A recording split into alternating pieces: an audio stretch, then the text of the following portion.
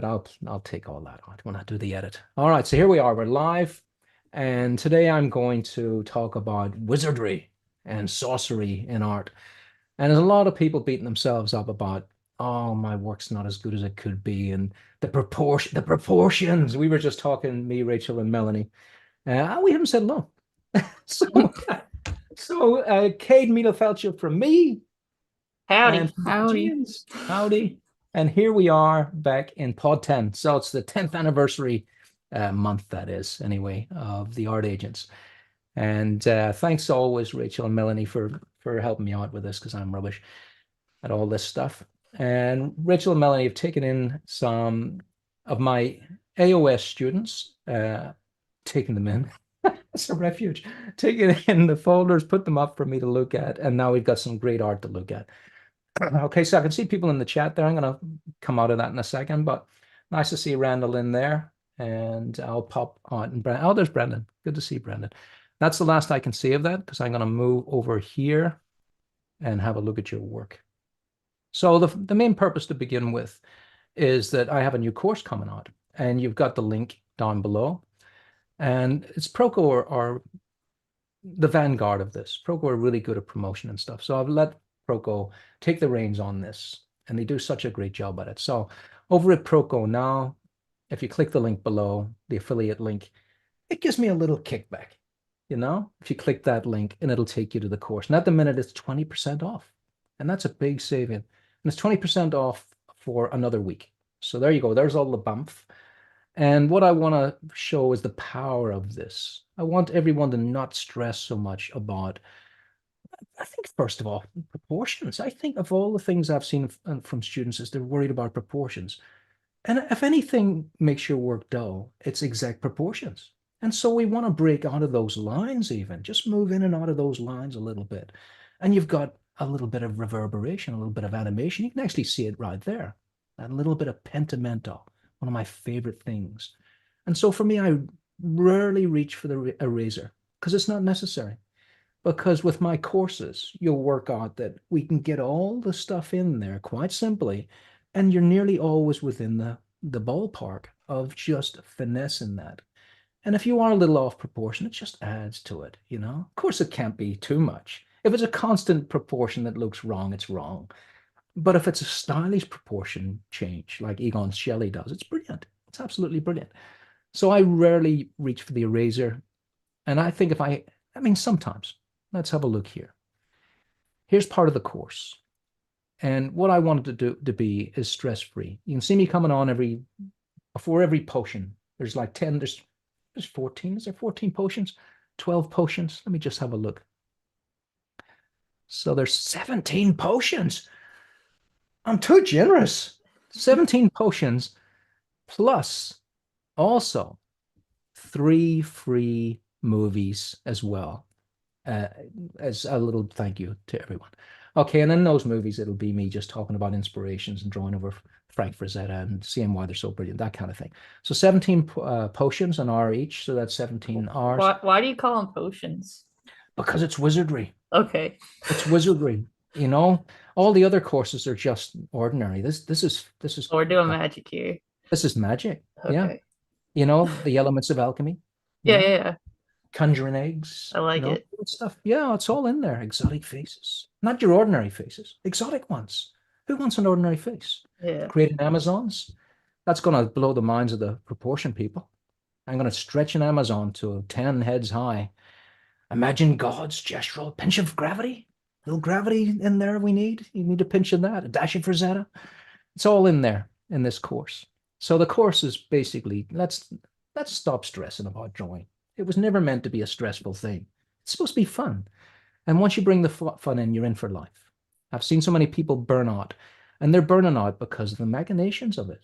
So here you can see, for instance, I have set a task here in this one to draw the stiffest pose I can think of.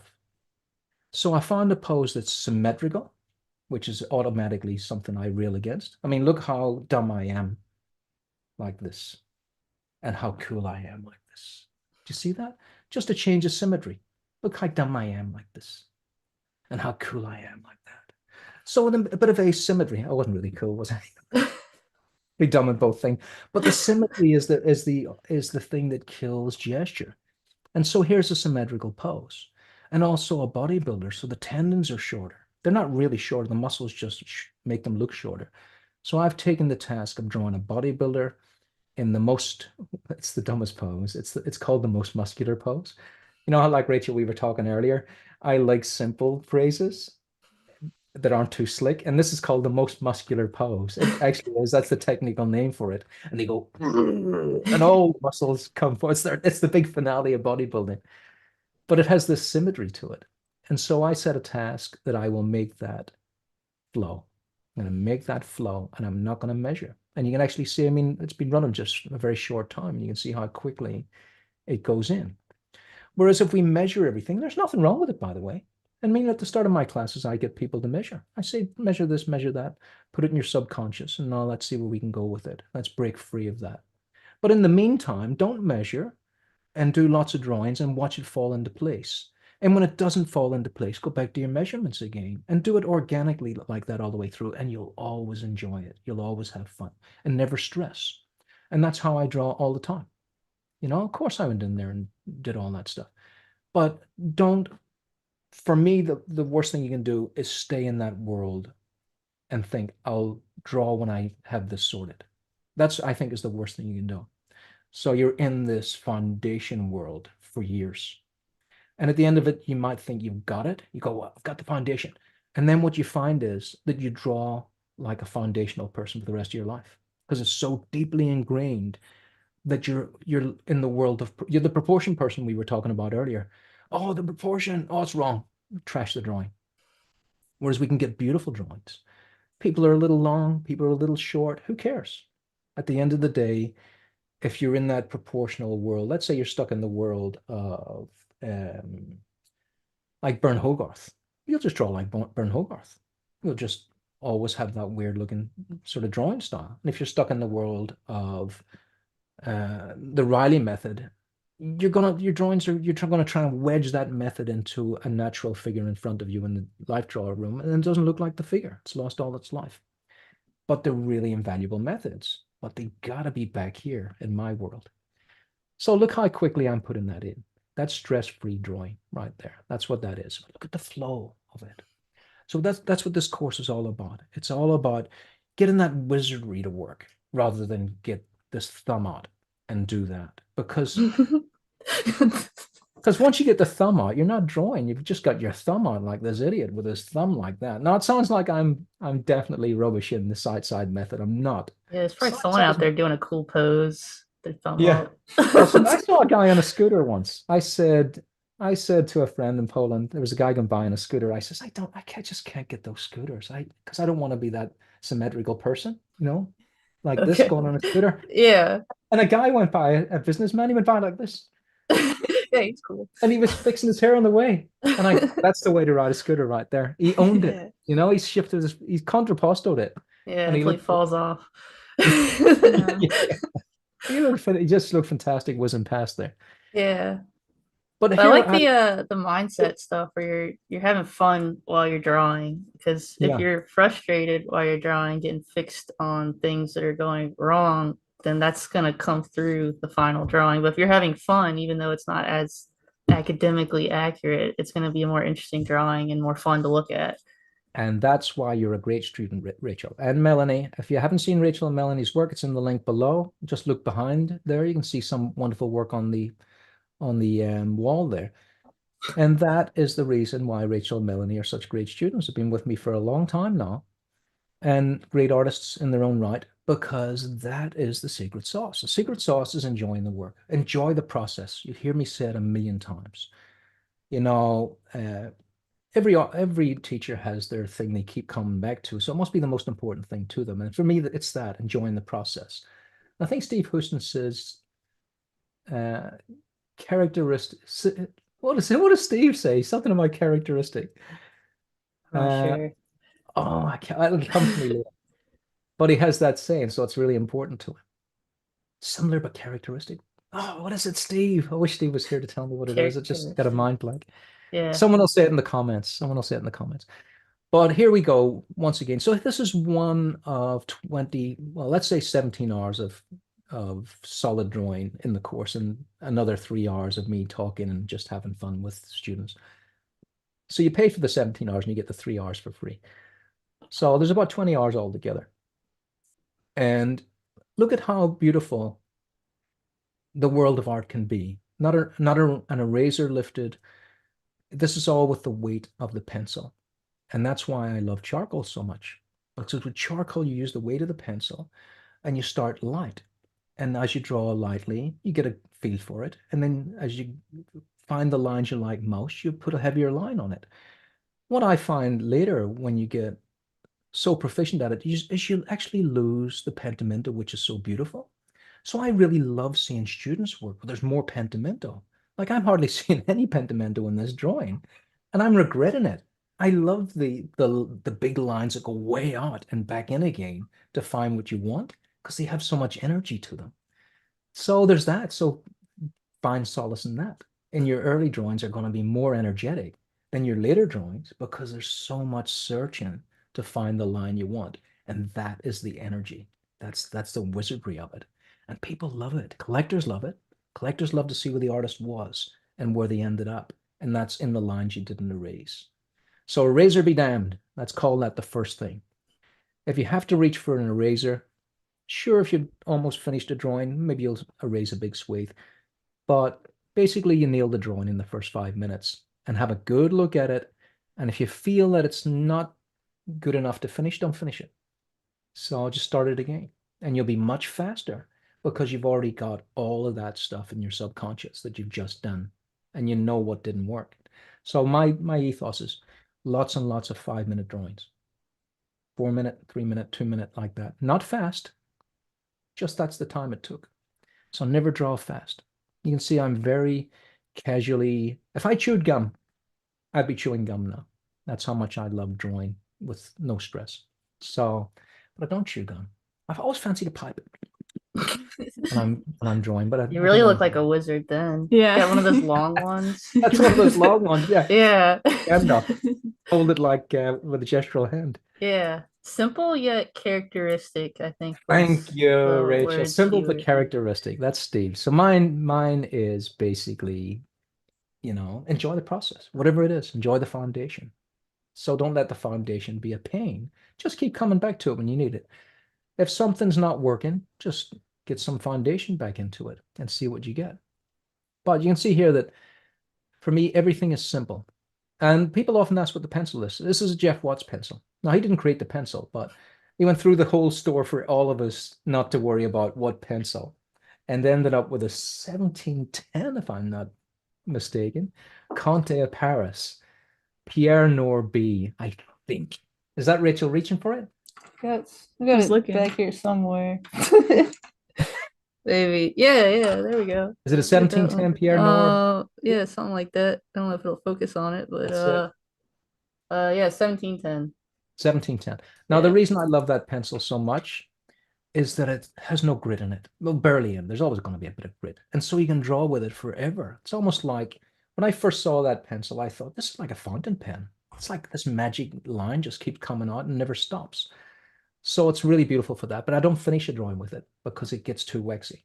So it's a brilliant pencil to be getting your mileage out of. So I use that on newsprint, just for anyone that's asking those questions. And also notice before I get into the student critiques, notice the pauses between strokes. See how I paused? And notice also before the stroke, the phantom stroke. You see the phantom tryout? See that little phantom tryout? And then put a stroke in. And always using the base of that pencil as well, dropping it down. So a pencil's just, it's not just the tip, it's every part of it. Just dropping it down there. So those little pauses are basically me saying, shall I do a diagonal? Is it a curve or a straight? And then I do it and then move my way down. You can draw the whole figure as a tube with a line to it, which I often do. But I also believe that you can mix it up. You don't have to have the same method every single time. You can say, I'm going to draw the top here and then add a leg to it. But for me, most of the drawings will be this idea over here. And my new thing, always changing up the teaching, is Mr. T and Mrs. V, which I use a lot in this course. So for me, that midline right there, it's often called the line of action in animation. He's got his arms up, but I usually use a T shape here to find the collarbones. And from that, I can work anything out. And the way I'm getting halfway there is basically going down to the great trochanter, roundabout here. And then I know from here to the bottom, half and half. Very simple. So it's dead easy that way. So I'm thinking about that all the time, big things, not small things. I've long ago thrown away head measurements because you draw figures that are too long. But I still use the head. I go, something's not right here. Does the head equate one head down to the nipples, one head down to the navel, one head down to the crutch? After that, you don't have to worry too much because people have got short and long legs. So for me, you get the torso right and everything else is fine. You can do whatever you like after that. That's my big spiel. Rachel and Melanie, are there any questions before I go into the students? Yes, we got this person's name is some person, and they ask, is Really? this training the intuition? That's a really interesting thought. Is this training intuition? I think it is. I think it is. And that's the brilliant thing about having students as well. The students make you a better teacher. There's no doubt about that. And being a teacher makes you a better artist. There's no doubt about that also. So I'm a great believer in not being a knowledge hoarder. So when you're in life draw class, someone asks you something, I don't even have to say it. When you go to your life draw class, it's a whole nice bunch. I've never met a bad bunch. They want to share their knowledge. So share your knowledge and you'll get shared knowledge back. I've always been a believer of that. I used to swap comics. I didn't hoard my comics. I'd go and swap them. And now two people had twice as many comics to read.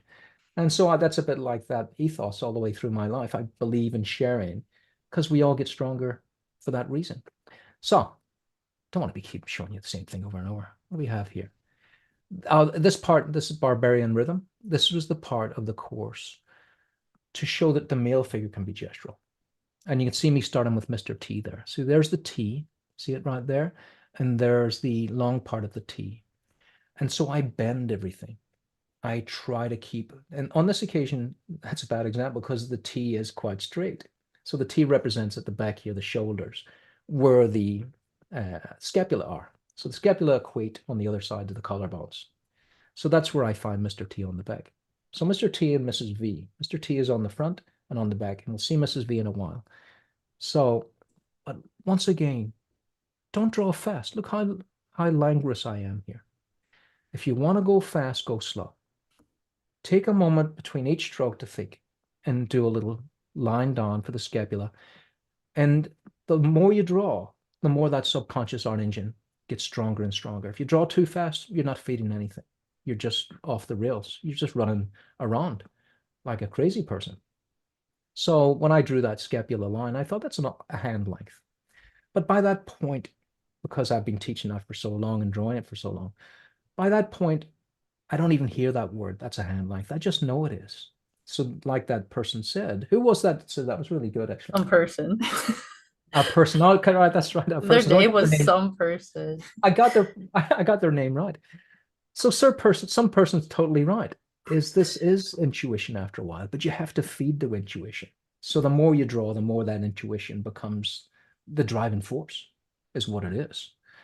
So the driving force here now is a whisper that's so dull that it's hardly anything at all. And now, just like a tennis player, you've hit that ball, but you didn't really work out the trajectory of it. You've just done it so many times, it's wizardry now. And that's what this course is about. And look how we wobble off that line. Wasn't that beautiful to see the scapula get longer because of the thickness at the bottom of the teres major?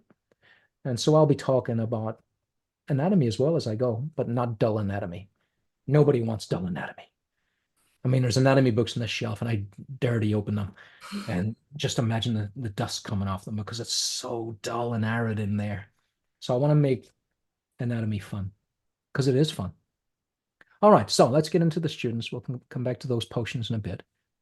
Are there any other questions before I do? Not at the moment. All good? All right, so let's have a look now.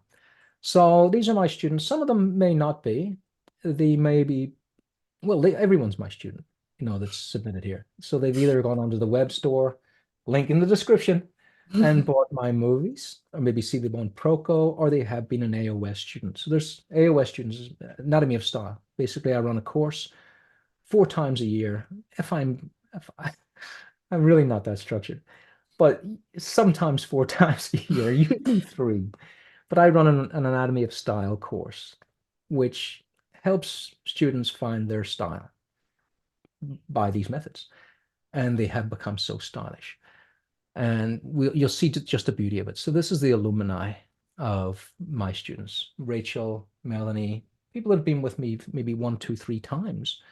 And just seeing that growth is astonishing. It really is. It's going to be my if I look back in time, it's going to be what I'm most proud of. See all these great artists come out of this course. All right, so let's have a look. We have at the minute initial sketch. Who is this person? Who is definitely not an AOS student, because they would have known to name it. They would have named. They would have It named might it. be. I think it's who it is. I think it's some person. I don't have the names. Is it Aaron? I think it's It Aaron. might be Aaron. Yeah. Because Aaron wasn't in the course, but he did the. He's Yeah, that's Aaron. He was just. He's obviously done a lot of my stuff as well. Yeah, he's a fan. Okay. Well, he's bloody good, isn't he? Look at that. Oh, I swore. I forgot. You can't say. Can you say bloody in America? Yeah. No, yeah. Yeah, I don't see why not. Yeah, I don't. You say it with an English accent, you can get away with anything. Yeah. Oh yeah. Yeah, we love hearing English people say words like that. Like they're insults and stuff. We love it. We've confirmed it's wrong. Aaron. Yeah. There's Aaron. Okay. This is gorgeous, Aaron. Let's have a look at this. Now, Aaron's not with my Anatomy of Style course. Of course, I directly talk to my students. But if Aaron wants to put anything in the comment there that he found tricky or was struggled with, I'll have a look at his work while he puts a comment in. So if Aaron wants to write what he found difficult, I'll have a quick overview of it. So for me, beautiful work. I love it. I love the lines. Let's put some love in first. Whoops. So for me, the love is all in here.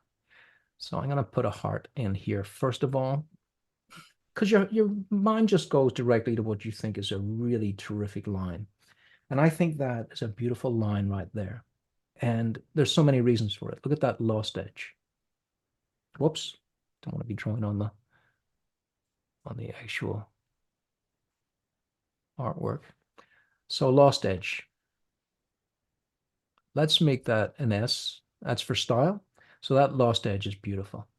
And just the carefree way that line wasn't erased and just left there is beautiful.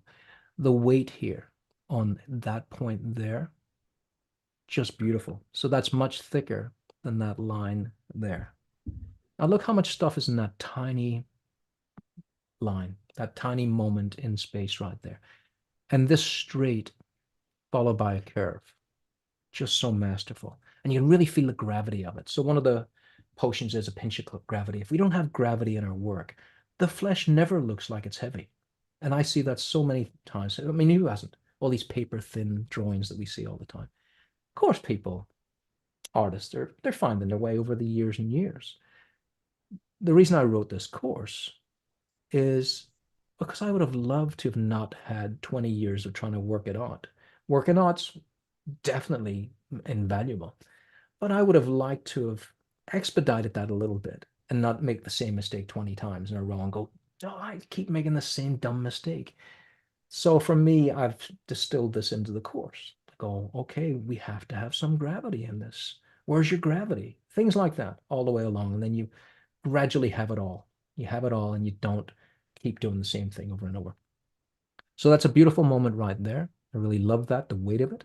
So this gets 10 for gravity. I can really feel the shackles of a 2D flat surface have been released, and now we feel form going back in space. I feel this is going back in space, and I really feel the weight of this moment right here. And the wedging form of it as well. It's just wedging right in there. So beautiful. Really nice work. Now, has Aaron written anything that he found tricky? No, but some person did say something else. Some person replied, This is some person, right? yeah, some person. Yeah. Right. Do you happen to know David Brindley by any chance? An illustration teacher that he had before? Where's he based? I'm I not don't think sure. so. Okay. He's just I saying you don't. look like someone he knows, I guess. Look, And then, look, yeah, I'm that's all. confused. I look like David Brin. I think so. How would I know him if I I'm don't not? know. I probably I'm should obviously just not. left that one I'm out. obviously not him. Yeah. It's weird. You look like that guy. Do you know him? Yeah, yeah. You must do. You look like him. No, I don't know him. I don't. I hope he's a great teacher. Well, they are. I appreciate all teachers. I think everybody can teach something. All right. So be a teacher is one of my big things as well. Now, if Aaron hasn't said anything, I'll go in there with a critique sandwich and say, well, how could we make this better? So for me, I go for art directors are shocking. They'll go straight for the weakness every time. And it can really hurt. You know, that's all they look for is weakness. They're not really art directing, they're sort of art body slamming. So what I like to do, if I was an art director, would be give a bit of love to encourage the change that's required. So for me, the head has a couple of issues in it, but they're not issues, just things you can fix immediately. So for me, I would take that head and maybe try it a little bigger. And when I make a head bigger, I always tilt it a little, just to give it a little bit more life. So there we go in there. But I think with the head, if we look at the holistic nature of this drawing, so think of the holistic nature. That's what we really want all the time. So holistic nature. And note how I write things down. It really helps me ingrain that. And that's indelibly stamped in my head now. If you write notes on your drawings, you won't believe how fast you progress. So don't worry about messing up your drawing with notes. They're the most beautiful thing to look back on later as well. So holistic nature. So if we look at the entire figure, I was feeling that head maybe didn't belong as much as it could do. And so I want to look at the entire figure and see if the head fits on there. So the head is basically, it is what it is. It is the balance system. So the head always is in balance with the body. And it just felt a little bit out of balance is all it was. So I'm looking for that balance. So a little bit of that can be found with Mr. T and Mrs. V. So Mr. T is there, Mrs. V is hidden in here, like that. But we can find where that Mrs. V would be around about here. So Mrs. V. So once I find that, then that'll tell me where the head would fit. You know, does the head belong in that moment? And it just felt like it didn't if I do that. See that? So I'm really feeling that. I would like to also turn that head a little bit too. So what happens is when we get into a 3/4 view that's almost straight on. So 3/4 is anything that we just turn off the side like that. But a 3/4 view like I've got now is actually quite natural. But when that nose touches the edge of my face, that is a bad 3/4 view. See that? And if I do that, that's an awful 3/4 view. Notice how the nose and the ear match the front and back. Do you see that? That's a really good way to use your ear as measurement. So that's the worst 3/4 view you can get, in my mind anyway, because everything's clipped. So nothing has a dimension to it. The minute we go like that, then the ear goes, basically your nose is from the exact profile as the ear coming in from the back. So you can add a nose length to the back of the ear to find the back of the head, like this. Take that nose and put it behind the ear. Things like that stick with you forever. I don't know if that showed because I obviously can't see the screen while I'm doing that, but that's your nose and ear measurement. So it's not a measurement, it's just a nose and an ear. Anyone can see that. So for me, I would feel that that would be probably more excited to have that head down because you're looking downwards and you're really feeling that height that you're up. So they're the kind of things that I would do to heighten the sensation of that, to bring the head into the gravity and balance, and to bring the head into the story as well. You want to really be looking down below to get that drama, get the drama of it. So that's the couple of things I would do. Another thing, remember, head down, ears up. Never forget that. So you might get stuck in a method where you bring the eyebrows across and go, ear always goes there. No, it doesn't. That'd be nuts. Now you've got an ear down by your lip. See that? That's nuts, right? But I've seen it in drawings all the time. See how my ear is in line? Because, you know, that's stuck in a method. So my ear is in line with my eyebrow and nose at the bottom, exactly like it should be. But even that, don't get stuck in that, because some people have small ears and some people have big ears. But the second I do that, the ears are off that idea. The ear, head up, ears down, head down, ears up. Things like that. But that's what happens. So we want to be looking down for the drama, I think, in that picture. But don't change this drawing. That is your drawing now to always have as a record of how you progressed. And you go, oh yeah, I did this once before and I can see what would make it better. Or you could take a photograph of it and change it and change that head. You could do that. Any one of those things is good. There's no rules. Glenville Pooh had a wonderful saying. There's no rules, only tools. And I love that. So there are no rules. You can do anything you want. But I'm a big believer in just leaving the drawing as it is and do another one. And then do another one and another one and another one. And at some point you might get a real beauty. And you will, because mileage will take you there. And you go, wow, this has got something to it. And you finish it. Meaning you take it to a level where you go, I can't improve it anymore. Or find that there's a problem. We nearly always go over that ledge and ruin it a little bit. So the minute you feel it's at that tipping point, if you've got the strength, just stop and step back. That's where I am now, trying to step back at that tipping point, because you can really feel it and let it go. Leave a couple of what people would call flaws in it. And you'll be surprised that later in life, you'll go, the flaws are the best part, aren't they? Look at that. All the thinking's in there. That's what I like to do. Leave it a little bit unfinished. Now, I don't like proportion being a crime. Sometimes, though, we got to say, let's say you do long legs on everyone. That's a style. Let's say that all of a sudden somebody has one big long leg for no apparent reason. That isn't a style. Okay, so that's something we can attend to. So for me here, I would say that arm is a little long right there. And that's the only thing I would correct on that, because it's not coming toward us enough to be a perspective thing where it should be, well, it'd be shorter if it was coming toward us. But it's also, it's just a bit long. Just a bit, but no big deal. But it's something for you to look at next time and say, okay, because you can just, because this arm here is neither perspective either, it's not going back or forward, then these two should equate to each other. So for me, that's what I would do just there, that little simple correction on that, and bring that head like that. And I think the world is right there. I think that's a fantastic drawing. I really do. I'd probably also attend to, can we get a little bit more asymmetry? And at the minute, we have a symmetrical shape here, which is fine to begin with. I really feel that because we've identified a stretch here and a pinch side here, and the reason I've identified that is not because I can see a pinch, it's just shorter.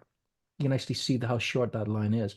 And so for me, what's missing is that pinch here, like that. Now you put some pinches in there, but because the pinches are kind of folds, they're not really giving us that clean pinch. So for me, I would need to see something a little cleaner than that, just to find that anatomy of style and bring that. And then there's one more thing. You can pick at it forever. And there's one more thing, that this is going behind that rope. And so it has a kind of disconnect. It's like this is one dimension and this is a second dimension, like that leg lives in a different world. So if I find anything that's a tangent, anything that's in front of something, I want to see what's behind there coming out the other side. So for me, they look like two different things. So for me, I would have to find the hip and say that's what I kind of want to see there coming out that side. And then just continue on. Everything else is great. So that's what I would do there. And remember, this is only what I would do. It doesn't mean you have to do it. That's how I'd find that dynamic of a pinch against a stretch on the other side. Actually show a pinch on that occasion. But it's wonderful. It's absolutely beautiful. I love it. I got a question here. Got a question? Go ahead. They're asking about your orthographic drawings, and they're asking, are there examples of the orthographic views in the new course for Proco? That's a good question. Let me think if there is. Let me think of that. Yes, there is. Okay. Is there? I don't know, Don't you know. know, right? See, here's the thing. You spend all this time on something, then you're doing something else. Yeah. And then you've got so many things going on, you get in a kind of a pickle. Yeah. I go, is that the anatomy of style course? Because it's definitely orthographic drawings in the Yeah, anatomy. yeah. I sent him the PDF book, so he's got Oh, did you? that if he needs it. Okay. Yeah. Okay, well, let's have a look and see. We're doing the Amazon. I know that for the proportion people to cam Yeah, that themselves. stuff. Yeah, but there's no orthographic on that, I don't think. So Oh, that's okay. basically a straight ahead. Let's have a look. So in this part of the course, I break out of proportions. But here's the thing. I also refer to them. So I'm referring to the idea. And here's the point where if you measure in 8 heads, there's a danger of drawing too long a character. Because look at how long that automatically is, that line that I would have to fit 8 heads into. See that? And so what happens? You start to slim it all down. And the person looks like a million heads tall. So I'm marking out the heads, but look what I'm doing here. Do you see that? I'm coming down a head and then going down a little bit more. Another head and then coming down a little bit more. So each head is getting a little longer. And then we end up with an Amazon. And that's what I'm doing there. And I kind of learned that from Steve Houston. If you always incrementally make the lower half longer, you can't lose. If you do it the other way, it's a disaster. You got a big head and a small body. So a small head and a long body looks great. But this is me slowing down for people that need to slow down. Some people can't just go in there like I love to do and just, blast away. So this is for people to have a reference to come back to during the course and go, I'm a bit lost here. I need some proportional help. And you can come back to it. And you can see where Mr. T and Mrs. V are in a very slow manner. So for me, this part of the course is for you to, that's a great thing about recorded content, is to keep coming back to. And I'm a big believer in not really finishing that to this degree on the left here, is to take it just to that point there if you're trying to work out proportions from the head to the crutch. And just do that and then go back to your drawing again. And then if you get lost, come back to this again and maybe take it to this point there. Now that's already out of my comfort zone, but it is invaluable. For me to draw like that, it would be, everyone would be a robot. Everyone would be stiff. So these drawings aren't meant to be drawings. They're meant to be diagrams to help you draw. That's all. We don't want to draw like this. In fact, you will never draw a standard figure like that unless you're drawing a soldier. And it's just never going to look. I mean, even just look at a soldier on parade, they look like toy soldiers. They look like they could just fall over. They've got no life to them at all. So a standing figure is just for a diagram reference for you to come back to. But it is really helpful. I mean, that alone right there is tremendously helpful. So you come back to that time and time again. Look how long her legs are going to be. Oh, love it. I love to push the proportions. Proportion people going crazy. Shoes are flying off. Socks are flying off. It's wrong. It's Oh not. my God. Yeah, it's not. It's not wrong. We've all seen. I mean, I remember my girlfriend at the time worked above a model agency. And I remember sitting in her office once and a big limousine came along. It was extra tall limousine. And I thought that's a strange looking car because the models in there, their legs were like longer than me. And as they get out of the car, it was like watching giraffes get out of a car. Their legs came out first. And I realized then that not everyone's the same. Yeah, These people come in all crazy, shapes and sizes. Mhm. they were real, they were genuine on this earth today, Amazons that get out of that car. And so that's what I'm drawing here. So if you draw long legs, you got an Amazon right away. So that's what that part of the course is. But look how beautiful, even in a diagram. Always enjoy the process. Look how beautiful that little line is there. I just don't want to draw a diagram that is a chore. I want it to always be fun. I'm really enjoying doing that diagram. I loved playing with Lego when I was a kid. So for me, structure is something that is buried deep in my work. But I don't want to be drawing it all the time because I would lose the will to live. My spine would give and I'd just fall forward. It's just all there is, just structure, structure. I have to have gesture. And I put gesture in even on these diagrams when I can to just get that. And holistic ideas like that sweep up from the navel to get the crook of the arm. That really helps me much more than what is the length of an arm. Way more. Because that's an easy visual to see. That's a very simple thing to see. And what is anatomy? It's just basically lines connected to another point. I'm drawing here that line. It's a tricky one, that, because that is really basically a lot of muscles there. But I like to think of the back muscle coming through. I like to think of the biceps femoris attaching onto the side of the fibula. And you've got two muscles there. So there you got one right there. And so that muscle is the vastus lateralis attaching into the side of the patella. And then you've got right there the biceps femoris. You don't see the attachment, but that's why it's coming out like this, attaching onto the fibula. Now, I didn't want to put anyone to sleep there. That is just two lines that represent anatomy. But once you notice there are two different lines, the whole world's your oyster. And there's another line in there as well. I don't want to, like I say, bore everyone with it. But once you I know like the anatomy stuff. Yeah, I don't think Me it's too. I boring. love it. I love it. Yeah, I think that's Okay, part it's of the the fun.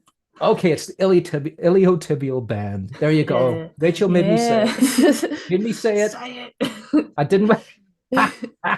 Bad influence. That Rachel, she's a bad influence. Oh my Oh, God. she's out there talking anatomy on street corners. Oh, Oh you should see. no. Just shots it out. Shots it out. Iliotibial tract, even she'll say sometimes just to throw people off. Okay, so My there's stars. bad influence, but it's wonderful. Like you said, Rich, I love it. Yeah. Do you have a favorite muscle? Yes, the long head of the tricep. Okay. The That's long my head of the favorite muscle. yeah. And It's the always reason I like an love it, obscure one. Yeah. it is, well, the reason I love it so much is because an arm could be a pipe very easily.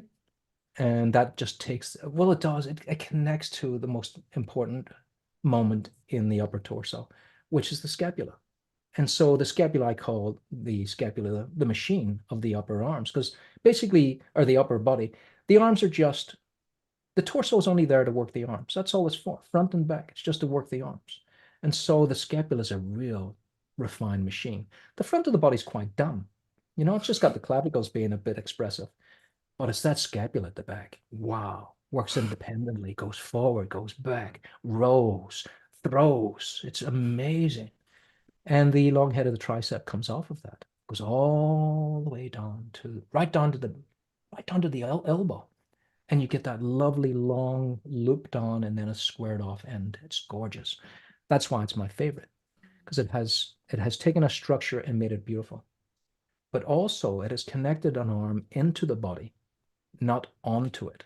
So badly drawn arms are just arms that stop at the body. This one goes into the body. And you see it often. But look how beautiful it's starting to become over here. See that? Well, that's about halfway. So this course is really, it's so much stuff. It's 25 years of experience in one bump.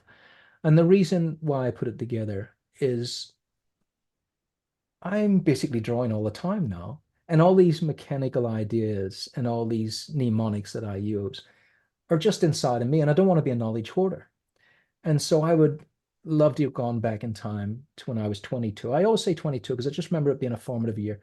To 22 and go, because I think it was the year I was too hard on myself, and go, don't be so hard on yourself. Here's all the stuff. Yeah, just do that. And now draw. And that's what this course is for. So it's not for a 22-year-old. It's for anyone starting to draw. So all the courses I've done, there's beginner courses and everything, but out there in the general public, apart from my Anatomy of Style online course, nothing's really out in the public there, apart from movies 1, 2, 3 on my web store, which you can buy. If you're on a budget, 1, 2, 3, just buy them. This is a course that bridges the gap between what Proco has on their side and what I have mirrored on my side, which is the Fantasy Female Figures course. And of course, the second you do a course, there's something missing because someone goes, well, where's the Fantasy Figure Male course? Do you know what I mean? So it's like endless. And what course should I do first? So this basically is a reverse course.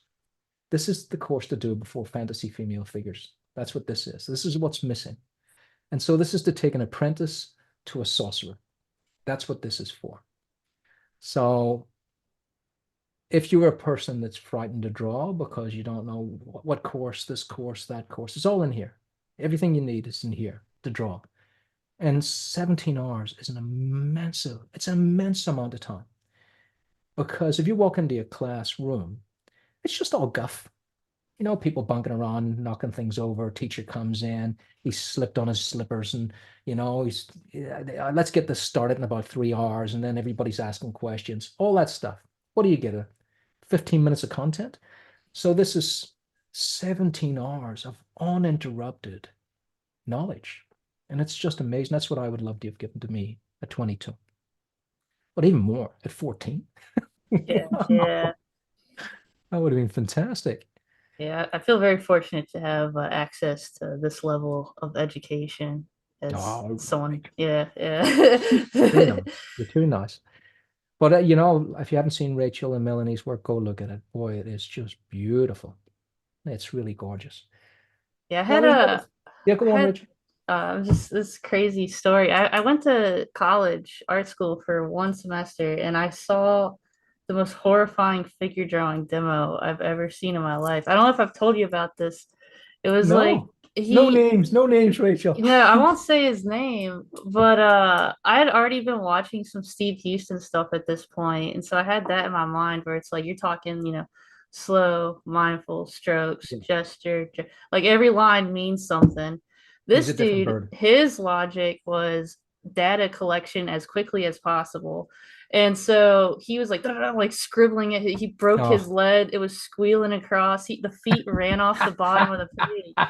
He didn't know what he was doing and it looked terrible. And yeah. so yeah, I just think about that guy still sometimes. And when I'm watching this, it's so much better. I was paying thousands of dollars to watch that guy. Oh, You okay. Well, know? that Yeah. happens. That It's, happens when someone's panicking, go too fast. They're already out of control. It's like I yeah. say, it's the Yeah, he wheels was have out of come off. control. Yeah, Yeah. the wheels have come off, and they're trying to bombast people with speed, Yeah. and then they Yeah. It throw a didn't look drawing as away. good. Yeah. Yeah, and they throw the drawing away, and you've forgotten. They just went, "Wow, he was amazing, wasn't he? What did he teach us? Not, I don't know, but you know what I mean. Yeah. That's kind of that. It's like I was horrified. no. Well, that's why I love Steve Houston too, because you could tell by the calmness and by making complex simple, really knew what he was doing, right? So if you can make complex simple, you know what you're doing.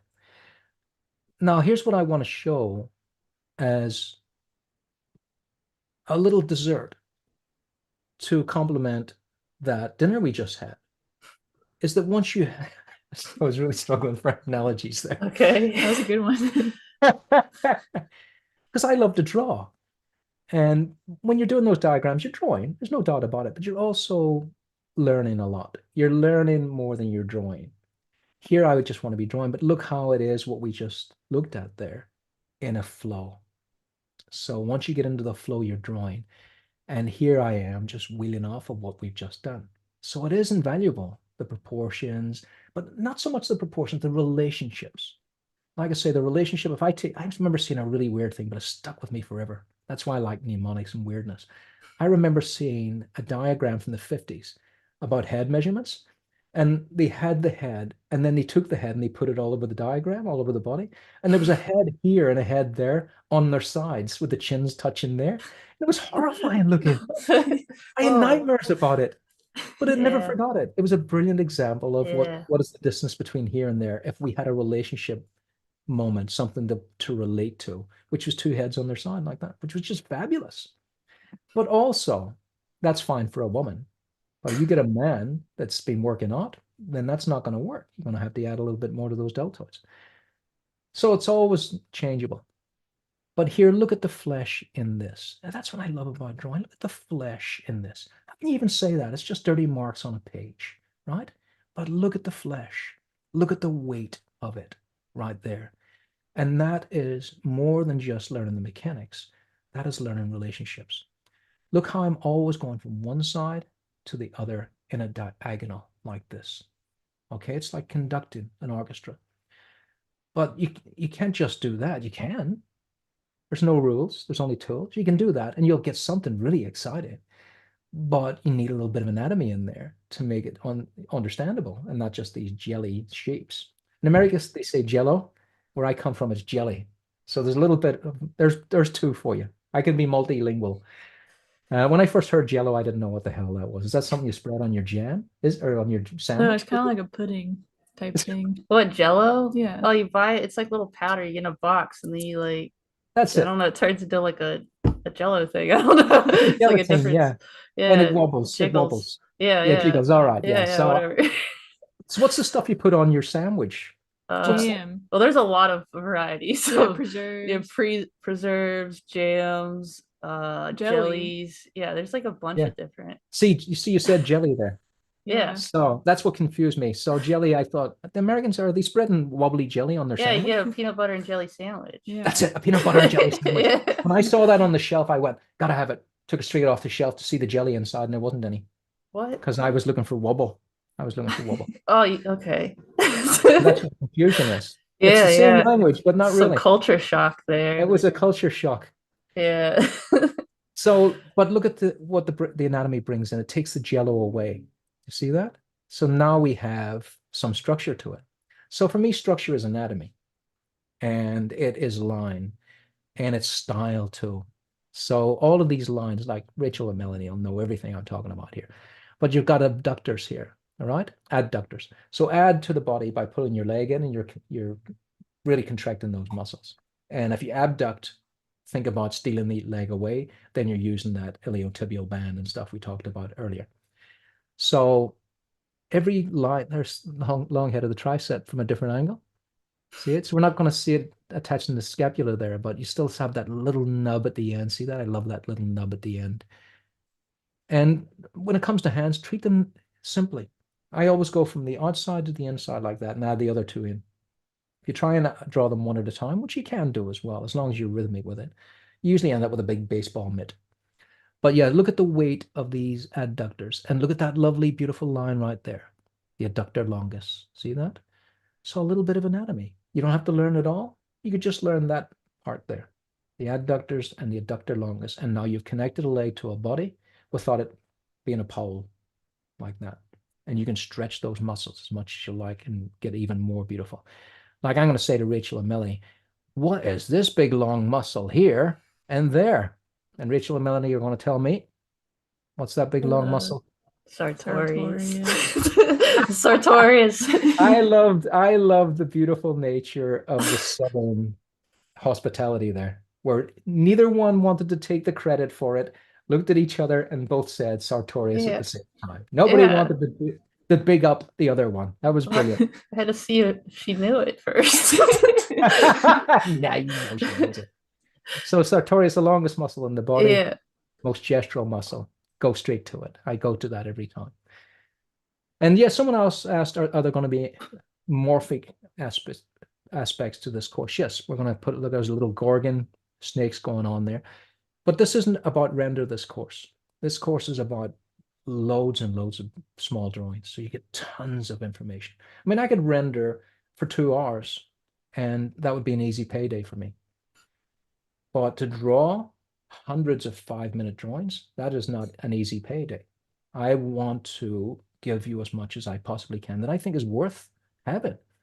We can get render in the fantasy female figure course, but this one, and I don't do that too, in the fantasy female figure course, the render comes at the end as well. But there's tons of render in the fantasy female figure course. That's 14 hours. And this one's 17 hours of good starts. And I'll often draw the figure like this, and then draw it like that, draw it like this, draw it like that, in 5-minute drawings. And then you really understand dimension, really get it. So each of these potions has little chapters in it that take you to the next chapter.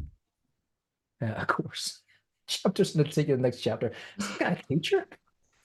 I better have a drink of coffee in a minute. So there'll be bits and bobs. This is bits and bobs here.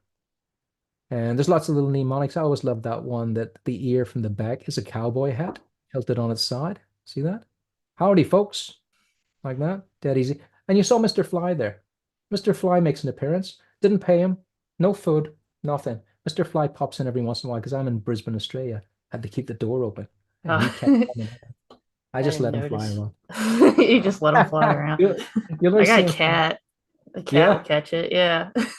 Oh, yeah. I remember Iris had her cat, didn't she? Yeah. So there's Mr. T and Mrs. V from the back. Right there. And that's a whole different world. So the back is a different world from the front, but we can still use those beautiful things, a T and a V, to find the sacrum and the shoulders or scapula. But I use the top edge of the scapula for Mr. T at the back. And then that gives you enough room for the rib cage to carry on up to the seventh vertebrae, which is the start of your neck. But look at that. You know, there's so much knowledge in here. Look how low the front is compared to the back. So there's the sacrum, and below that, you got to switch your head around, is what the front would be. So the pubic triangle at the front is that much lower than the sacrum at the back. So the sacrum, you could take it and make it twice, and then go around to the front and go, wow, look how high the back is. Look how high the sacrum is on a female figure. That we can go around the front, and it starts at the top of the pubic triangle. Stuff like that, I didn't know at all. And so the back was always a mystery to me, and no longer. And look at these beautiful mnemonics. This is one of my favorites, the upside down butterfly. Boy, did that change my world. So things like that. Look how easy it was for me to really find the shape of the gluteus maximus and the gluteus medius in a moment that was just a butterfly. Now, it's a helium butterfly because it has to have weight and gravity to it. So it's a big, thick butterfly. But it's the most wonderful thing because look what it did. It planted right in the middle there the great trochanter. So hard to get. And the top of it, bingo, right onto the sacrum. Fantastic. Where the tailbone starts. How lucky are we to have mnemonics? There we are. Yeah, that's And a most useful people, one. yeah, most people don't know what a mnemonic is. Strange memory clues are the most useful thing to remember anything. And I've been using them forever. And before computers and stuff, I used to have 10 things in my mind that I could always reach for. And I stopped using it because I have lists now that I can just turn on the computer for. But one of them was one bun. And I would think of a bun. Now, this is another thing in America. I'm talking about A bun. a cake, a bun you Oh, open up and there's cream in it. What's that? You have like a cream bun. It's a dessert. You open the top and there's cream inside it. Oh, like a whoopie pie? Yeah, let's call it a whoopie pie. okay. But it would have to have that rhyme to it. So I would go one bun. You'd have to think something for whoopie.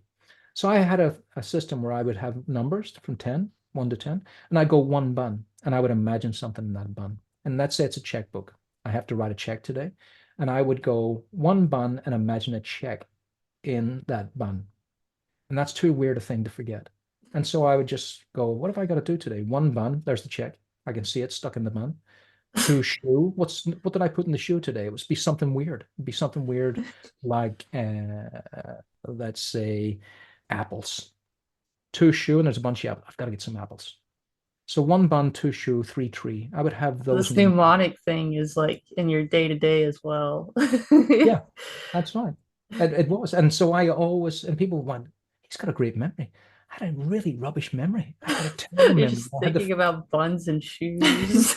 and trees. And that Yeah. check's still in the bun, by the way. I always think about that check is still in that bun because that was the last time I used it.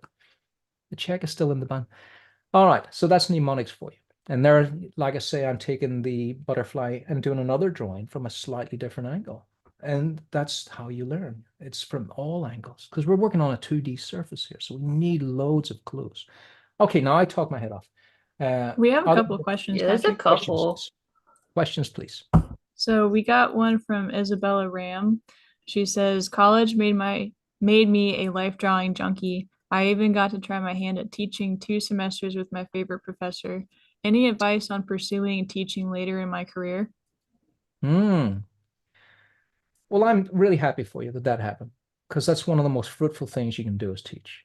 And, Melanie and Rachel are doing it right now, teaching at Proco, doing critiques. And, that's a really wonderful thing for both parties because I think that each Proco and Rachel and Melanie are going to really benefit from that, like all teachers and students do. Uh, Teachers they're thin on the ground. I think you'll find a teaching career not easily. You'll have to search for it, but I believe the best way to do is put yourself forward. Don't wait to see an ad for teachers. Don't do that. Go to universities and leave your resume there and say, here's what I teach, and leave some samples of it. And I think there's nothing more valuable than actually walking in a door and meeting someone and being friendly. And remember, you never listen your way out of a job. So say your thing and then listen. would be my best advice. And then leave that impression with this. It was a person that was very nice. They came in, they dropped this off, and they listened to what I said. You can't do better than that. You don't have to be slick. You don't have to be a salesperson. In fact, salespeople that have that bombastic nature, to me, I just turn them off right away. You know, that fear talk where they go, if you don't buy this now, you're doomed. Like that, just turn it off like that. Right. If you like my course, I think you really like this course, you know. You can take it or leave it, but I think it's really a good course, you know, and I think you'll get great joy out of it. I certainly would have at my age, and that's how I think about it. It's a beneficial thing. So I think just leave your resume, but talk to people. You know, every time something really substantial happens in my career where I have to join forces with someone, I go and meet them. I have to, and you can't be a wallflower. And remember, if you're shy, it doesn't matter anyway. Someone once said, a shy person is a narcissist. And I went, what? Because they think everyone's looking at them. So what you want to do is just go, nobody's looking at me. And really, that's the truth of it. You know, if you walk down the street, nobody's looking at you. Nobody's going, oh, I just tripped there. Nobody cares. Nobody's looked. And if someone did look, they'll just look back at their iPad again. Nobody cares. So, you know, just go and say as much as you need to say, no more. And that would be the way to get that job. But that's it. You're the person that walked in the door. Not hardly anybody does that. They're sending emails. It's a great start. See if you can get a meeting with someone and you'll be okay. They want to see basically what kind of animal you are. Anyone, you can have 20 people that can draw and teach and say they're a teacher. But, you know, what kind of animal are you? Like I have people, I used to review portfolios. And I wasn't reviewing portfolios. I was reviewing people. I didn't know that at the time. My agent told me to tell me what kind of animal were they. That's all she was interested in because she had her pick of people that could draw. And so they would come in and she was absolutely right. 7 of them out of 10 were unpalatable. You couldn't have them in the studio. They would destroy the studio. They would just not fit because they were ego-driven. You know, they were the kind of person that stands on the next person rather than lifts the other person up. Don't want them. And there's a lot of them about. They seem to think, I think from years of being shoehorned into a world where you go, you gotta be tough in business, has created a really nasty sort of mindset. And we don't want that anymore. And certainly not in the art world.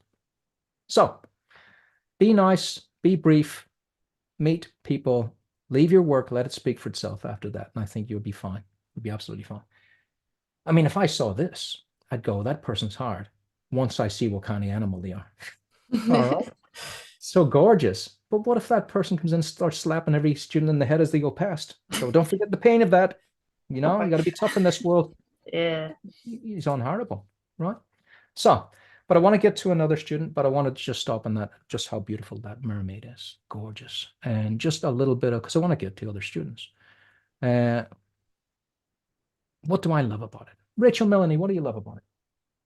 I love her gaze. Her expression is very gorgeous. Yeah, the Yeah. face and the arms. It's all about And like the looking up at her is a cool Yeah. perspective. Yeah, isn't it great? It's Yeah. wonderful. Just change the perspective. And I get a lot of guff from the perspective kids, you know? Remember talking about the proportion kids? It's wrong. The perspective, it's wrong. Well, we have to have perspective. People are going crazy because I'm changing perspective in photographs to show that the human eye is different. And of course, the perspective kids are going mad, but the foot has to be bigger. Yes, it does, but not that big. Yeah. I listened to that what's his name? Vandriff Marshall. Yeah. He has like kind of widened my understanding of what perspective means, I guess, in a drawing. Yeah. Like I don't know, I haven't taken his course yet, but I've just heard him speak about it, and it's just like interesting. Like he seems to think of it from like a more literal point of view, like the perspective of the viewer. Yeah. And what you're putting into the drawing, like from that, you know, like from this perspective, you're looking up at her. So what kind of story does that tell? Like perspective tells the story in the artwork, which is, I had never thought about it like that. I always thought it was like something boring. And I was like, oh my God, it makes so much more sense now. So Marshall's great. I like listening to him. Yeah, I Yeah, had never heard of 5-point perspective until I heard him talk about it. Yeah, yeah, 5 that's point mad. perspective. And to be honest with you, Yeah. you can keep it. Yeah, You can keep yeah. that, Yeah, you Marshall. can go That's crazy. that's too much for my brain. But yeah, I'm the same. If it's not fun, like I would take my students out, and they're all about perspective. You know, they're doing this and they're getting the points and everything, and it can be very dull. So what I do is I just take them outside, and it's amazing how once you go outside and actually look at perspective, just how easy it is to understand and how incredibly difficult it is if you're trying to do it on a page. So I said, you know, a lot of people don't understand that your eyes are the horizon line. It's as simple as that. And if I do that, the horizon line comes up. And if I do not, the horizon line comes down. You are Yeah. in control of the ocean. Yeah. I'm So going to bring where that ocean. is Yeah, yeah, I'm gonna bring where's that the ocean down. viewer? Yeah. Yeah, that's right. I'm going to bring that ocean down by sitting down. There you go. Now I own the ocean. Yeah. And the way to, and a lot of people can't get their head around that. But if your ocean's down here and I'm standing up there, how can the ocean be up there and your ocean's down there? It doesn't make sense, right? And so I take them if I can down to the beach because we have beaches. And there's actually we have beaches. Look at us with our beaches. What I mean is I can walk out of the university and walk to a beach. That's what I mean by that. And they're sorry for making everybody jelly. So there's a rail that you can lean on like that and look at the horizon line, right? But you're leaning on the rail, right? And the ocean's now here. Well, it's there. The ocean's there in your view. And then you can go below that rail, and now the ocean's below the rail. And that's what changed the perspective of nearly every student as they watched that rail go up into the sky. They couldn't understand it. They were going, this is amazing. The ocean's above and the ocean's below. The ocean's above. How is this possible? You know, so that's the way they understand perspective. That's basically your eyes are the horizon line, and then you can run off of that. So it's very easy to see the perspective here. The thing about perspective is it's about standing straight. The minute you do that, all bets are off. That's what makes this so dramatic because you're looking up at this figure, and that's gorgeous. And I love the lightness also of the mermaid's tail here. You know, I can really feel, even with just charcoal, I can really feel the bounce of heat coming up onto those shimmering scales. That's what I love about that. A lesser artist would do a really dark shadow in there because they're not encompassing the holistic feel. Where would a mermaid be? They're not going to be sitting on a concrete wall next to a concrete road.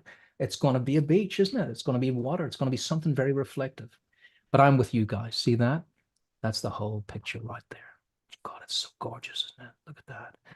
And the pushing of the style to get that triangular feel rather than, you know, the classic this, which is great too. But putting straight edges on those curves really makes that really beautiful. So when it comes to the eyes, you know, you got to be really expressive with them. But remember, the bottom lid doesn't move much and it's quite square and it goes up really fast. You know, those two things there. Look at the asymmetry of the top and the bottom eye. And in bad books, there's how you draw an eye. Don't be ridiculous. You know, it's fine for, you know, it's an amulet, you know. Yeah. It's a If you secret need the to, symbol. yeah, it's a symbol, right? Yeah. But there's what an eye really is, you know? It's that, and it's coming in to do this. You know, look how sleepy I just made her there, you know? You can do so much by just lowering those lids. You know, now she's sultry. So line, so powerful. But that face, absolutely gorgeous. And also, look, you can also see the artist has continued on with this backlight. And I'm not a big fan of backlight. I think it's overdone and everything looks too 3D. But when it's needed, this is where it's needed. A hot Italian street, a mermaid on a beach, that's when you see that reflection. Okay, so let's have a look at Randall. Now, Randall's wonderful. Now, did Randall include both? I think Randall had two of these. Because I was looking at the chat room. So in my Anatomy of Style course, there's also a chat room that comes with it, and the students help each other. Chuck's doing a great job in there, by the way. Chuck's got his own drawing session. It's actually happening right now, I think. Yeah. Chuck's been going crazy. Yeah. He started this whole group, the Second Renaissance Society. What a great name, too. What a fantastic Yeah. name. Yeah, that's great. Look at the progress in there. Oh, just gorgeous. Really beautiful, beautiful. So I don't see the other Randall. in there, but Randall did 2. I think maybe this is this the new one? You Yeah, that's guys the know? new one. This Mhm. is the new one. And here's the thing as well. Now, Randall was kind of beating himself up about whether he's improved. Of course he has. Remember, you're always a better artist, even if you do a drawing that's not as good as the drawing you did 2 weeks ago. You're still a better artist. It's as simple as that. You're going to do bad drawings. You're going to do drawings that don't sing as much as ones a month ago did. It's just the nature of the business. But you're always a better artist, no matter what. So you can't, it's not like show business. He's only as good as his last movie. It's not like that. It's not like box office. You're constantly moving forward and you're going to get peaks and troughs. Just might be a good model and model that you understand. You might have a good day because it's your birthday. It could be anything at all. You might be thinking about doing Texas. I'm thinking about that today. I can't draw a good drawing today. I'm gonna do text. Yeah. So that kind of thing. So there are a million influences. But don't be comparing your drawing to the other drawing with negativity. So let's say, because Randall did 2 versions of this, and both of them are beautiful. They're both beautiful. So we don't want to compare our drawing to the photo reference. That's just a reference. And then the drawing lives alone. That's what we want to do. The drawing lives alone. Forget about the reference. And do that with the other drawing too. That's got its own beauty. It's got flaws in it that are beautiful too. And this has got its own beauty too. If you put them side by side, then you'll go, oh, I could have done a bit of this and a bit of that. That's just between you and the paper. But you only show one drawing. You go, here's the drawing. And then you've got a beautiful drawing. And I see nothing in here but beauty. It's absolutely gorgeous. Look at it. I love it. I love it. I think Randall's still in the chat. If Randall's got a question, anything he found difficult, please ask away. But Rachel, Melanie, if you want to give some critique on that. I mean, we were talking about, how the muscles of the arm are supposed to insert into the torso, and Randall did a really good job of showing that in this drawing. Yeah. Yeah, he did. He did. And it's based on that idea that we talked about earlier, that we never want to see an arm just won't just do that and stop. That's a pipe. See? But this pinch, that push, always shows some kind of what happened there. A little bit of what happened. Well, the arm inserts inside the body, the biceps, the long head and the short head are going inside the body. They're going up to the scapula at the front, as are the long head and short head of the tricep at the back. They're all going to the scapula. Now you might go, well, how can they be going to the scapula? The scapula is at the back. Well, the scapula is everything. The scapula is all the way up here and has a little finger like this, and muscles are attached to it like that. So the scapula is front and back. It's just Yeah, people don't realize it connects to your clavicle. Like it touches your clavicle a little bit, like in the That's right, shoulder yeah. girdle. It comes around. It has little tissue that attaches it. Of course, when all is done and we're back in the earth, all that tissue disappears, and then it's just bones all collapse. So it's all, but at the moment, there's tissue there that connects the scapula to the clavicle, but not in such a rigid way that you can't move and have some wiggle room in there. And Yeah. that's what that tissue does. Let's have a look at it. In my anatomy of style course, I always bring this little guy out to show exactly what that is. Have a quick look in here, upper limbs, and there you go. So there's the biceps. Let's isolate it. And there we go, attached to the clavicle. So there's your clavicle right there. And you can see the biceps, long and short head, are attaching right onto there. The glenoid process right there. Don't want to bore people with that. After a while, it's just common speech. Right there. And the coracoid process right there. See that? And then round the back. And like Rachel said, these are separate bones until the tissue goes on top.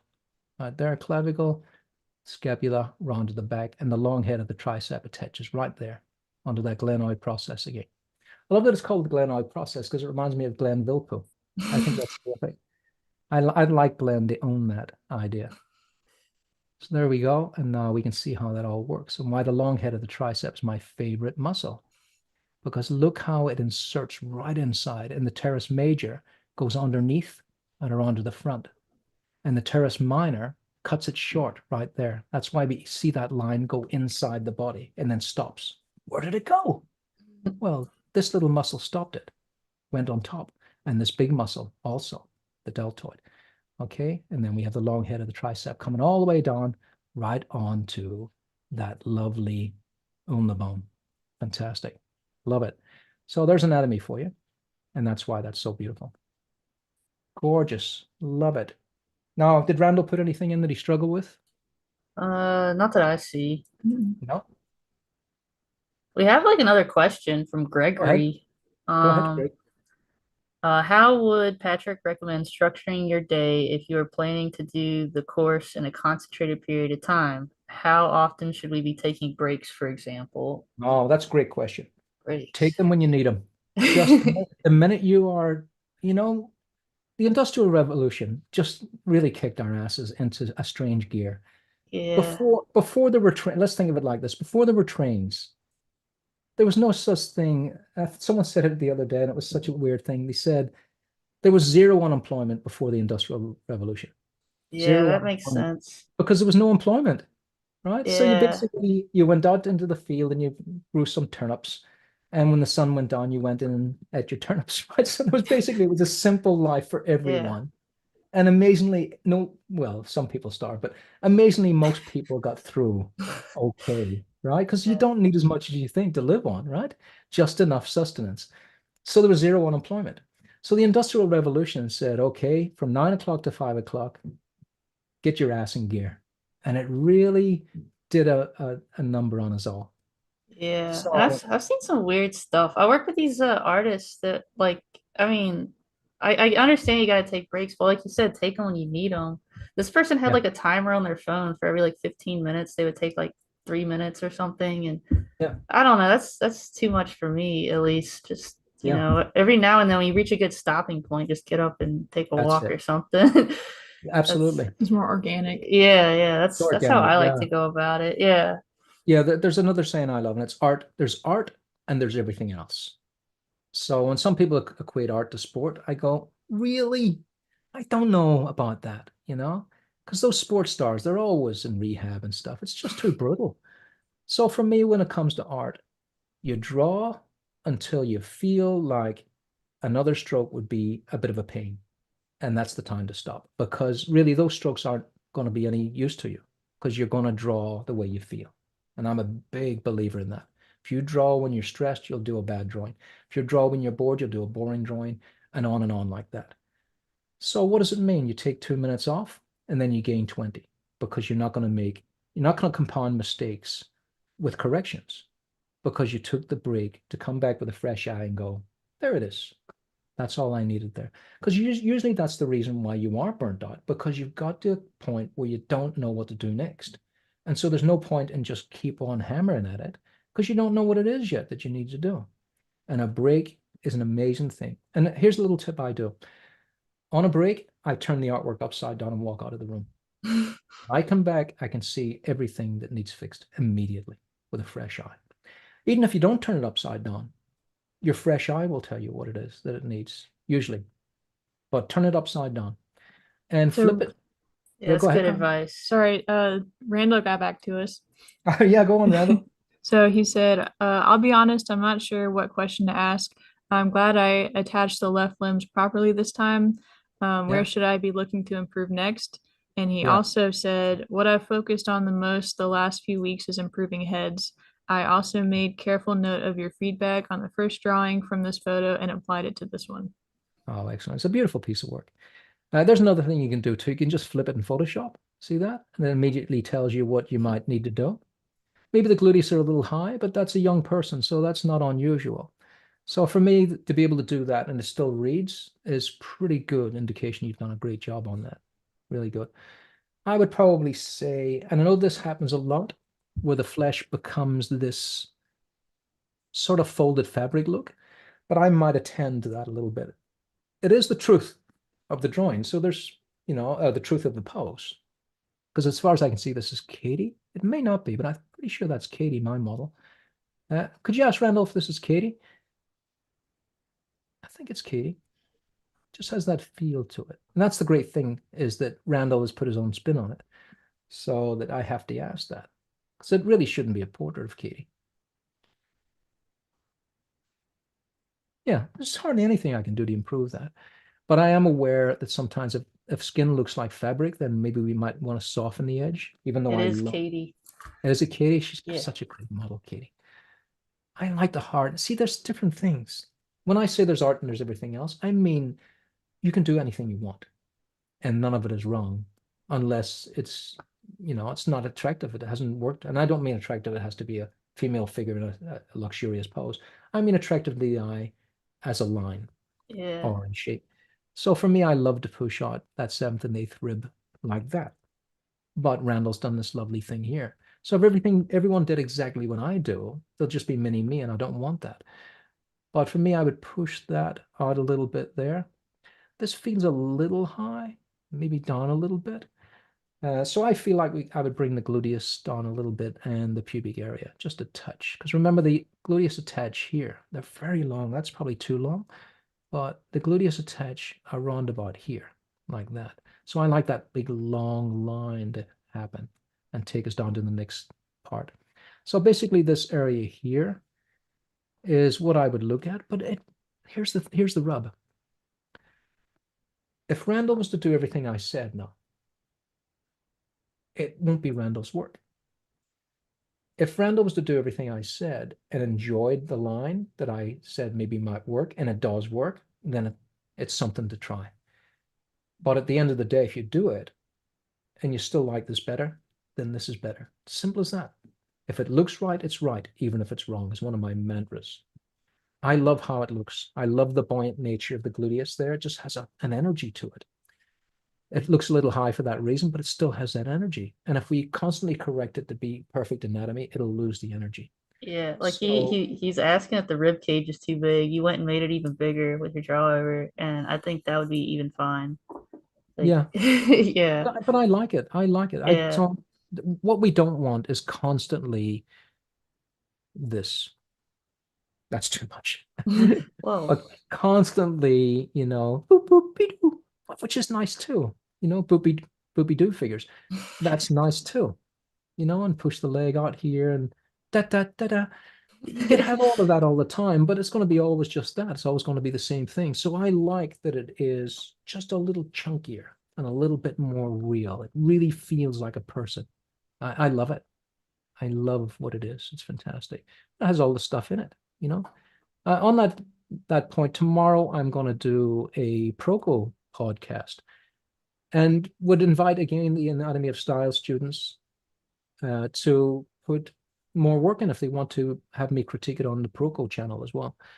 So, but there's what you've got to work with. You can work with anything. You can go all the way back out here. You can come in. You can't come in much more than that, but that's how much you can. You can change that as much as you like to be in that ballpark.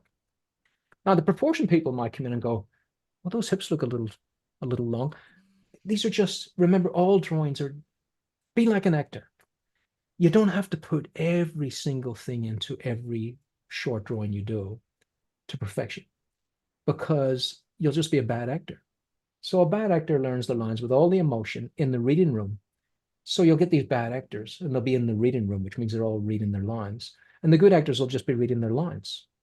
And the bad actor will be going, you say that Jimmy came in and shot everyone. That's wrong, and they start doing all that. And when it comes to the time of the movie, they've exaggerated that stuff to the point where you just go, is that guy insane? Because they just amp it up all the time. And drawing's a bit like that. Just let it flow. Let it flow. And you can come back and tweak it later. You can go, okay, well, that just doesn't it needs a little bit more of that. A little bit of pentimento will fix it. So just let it flow a little bit. Yeah, we can bring that down to the lower abs and do that. And it all starts to come out in the wash. We can bring up the iliac crest and start to feel, that shape. You can finesse it on and on. So let your drawings just happen. Let them flow. And if you need to correct the proportion, then you can do that after the fact. But let the drawing flow is my big advice to everyone.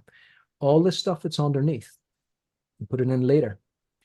Or in the first 5-10 minutes, if you are planning to finish a drawing, stop in 5 and make all your changes there. Yeah, the Okay. first few minutes are the most important. Yeah, because you'll just compound the errors if you don't have it right at the foundation stage. I guess that's why people get caught up in the foundation, because they're thinking of finishing something. So if you're going to finish something, the first 10 minutes, 15 minutes are crucial. Get lots of feedback from everyone around you. Turn it upside down, take a break, come back and go, looks good to me. Let's get this show on the road. All right, so we're thinking of wrapping this up in a minute or two. So I want to get to Chuck, because Chuck has just been doing such gorgeous work. First of all, Randall. Yeah, he's brilliant.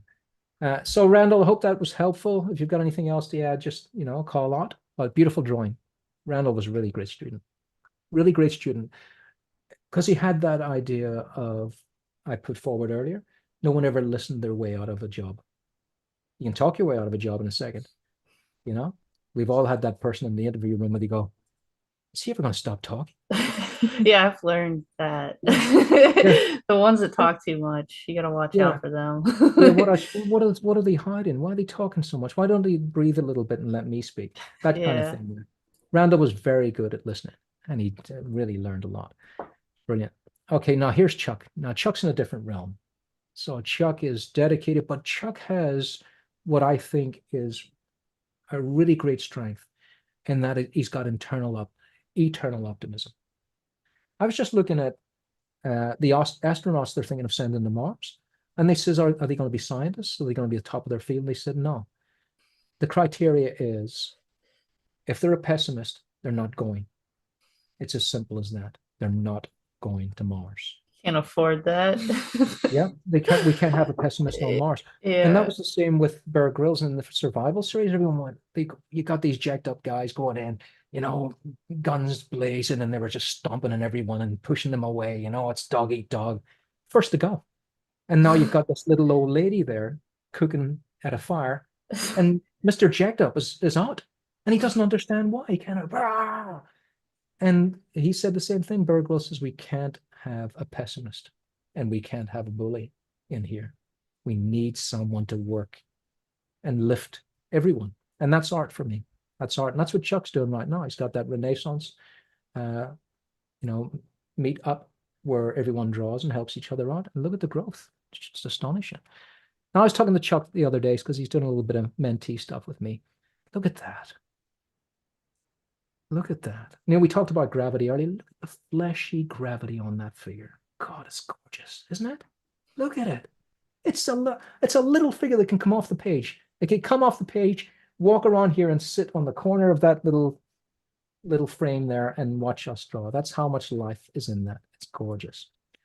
But once again, so Chuck's been with me quite a while now, but look at all of the stuff in there. Mr. T and Mrs. V, look at that slant. Look how it's easy to really understand one side to the other. And the fact that this is slightly wider than that right there, just by having that idea of Mr. T and Mrs. V as your point of reference. Now, I might take that away, and then you were just to draw, you probably go, that's as wide as that. Maybe you won't be thinking about it, but what usually happens is people symmetrically fix things, because we're a structural kind of world. We're always trying to make buildings not fall over. So asymmetry can be very subtle. And it's when it's subtle like that, it becomes masterful. But look at all those mnemonics that I can read in here in Chuck's work. There's the Liberty Bell. Chuck embraces the Liberty Bell. I love it. And the reason I love it is because you can swing it. You can swing that bell. And now this is all under. See that? That's all underneath. And everything else is on top. See? That's why I love the Liberty Bell as a mnemonic. And to the untrained eye, what the hell's just gone on there? And it's very hard to work out where's the bottom and where's the top, where's the sides. So Chuck, no problem for Chuck. He's got all those mnemonics going in. And now I can draw like a wizard. That was a nice link to the course. From apprentice. You're drawing wizardry. Yeah, I nearly forgot about it, didn't I? From apprentice to wizard. We're changing it a little bit on the Proco side. I think I called it apprentice to sorcerer, but it's the same thing. It's basically taking your apprentice that comes in, like in the Disney cartoons, they don't know how to do any magic, and then by the end of it, they're, having the mop the floor without them touching it, and the bucket of water throwing itself on the floor. And if you can remember that movie, he's not quite good enough yet, and the mop and bucket get out of control, and the basement starts to flood and stuff, things like that. So it's basically taking you out of that into basically wizardry. And let me just find another part of the course. Let's have a look in here. It is sort of like magic. Like when you do it in front of someone who doesn't know how to draw, they're like, "What are you? Yeah, What are you doing?" it feels like magic, and Yeah, that's yeah. Like I don't know how to that's play instruments, so it's like when I see someone like going crazy on one of those things, like Billy Strings is a guy I was looking at recently, and I have no idea. He might as well be like a wizard on the guitar. He's just I'm yeah, like, I don't know how he's doing that. yeah. And there's always another level. Like I love Yeah, jazz, yeah, and in fact, I equate my art to jazz. I'm always thinking of that. There's a few strings, and once you understand those strings, you can riff off of that and do anything with them, like Mr. T and Mrs. V, and a few more yeah. strings. There's lots of mnemonics in this course that you can consider strings. And once you have that, you're not only free to fly, you're loving the flight of it. You know, you off you go and you fly forever. And you can throw proportions away because after a while, the rhythm is the proportion. See the rhythm, rhythm, rhythm. They're basically two heads, two heads. That's all that is that I'm doing there. Two heads, two heads. But I'm no longer doing head, head, head down like this. So here's a figure being drawn without measurements, just using quarters and halves as a subliminal idea. And I will take that. This is the last one, by the way, or second last from the end. So this is the wizard end. So basically, at the start, everything is very simple. Apprentice, apprentice, and then there's apprentice to wizard almost. You know, there's the apprentice that's becoming wizard like, and then at the end there's the wizard. And so at this point here, the apprentice is ready to leave because at that point we're in Rachel and Melanie territory, where we're starting to put some anatomy on those little lines. So look, never nary an eraser. See that? It's all pentimento right in there until we get to there. And you can see all the anatomy in it. So that's the wizard end of it. Now, you might think you could never get there if you're just starting out, that is, you know? Obviously you can. You know, I came from Ireland. I just used to dig roads with a shovel. I mean, how could that misgrade? If you ever saw me when I was that age with my pants all baggy, you go, that poor kid. That's a lot of tough. That's a tough life. Well, it ain't tough anymore. And what was the passport on? Is this, okay? So if I can dig potatoes out of the ground and then end up drawing this, you can do it too. So it's just a matter of really loving it is the end result of it. You can see how I use it in my paintings right there. So when I'm painting, I'm just not tracing the photo and meticulously painting. I'm constantly drawing in paint with all of what you're learning here inside that figure so that I can flow off of it. So this is the tail end of it. This is the 17th R. Ding! The bell tolls. The 17th R right there. But before that, if we go way back in space, there's that 1710 pencil. If we go way back in space, back in time, let's call it back in time to the very first potion right here.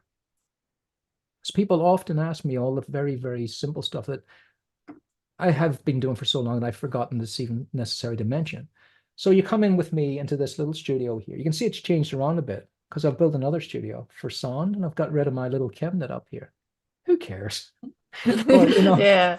I feel like I'm playing one of those games where it's like I finding know. the difference. what the difference?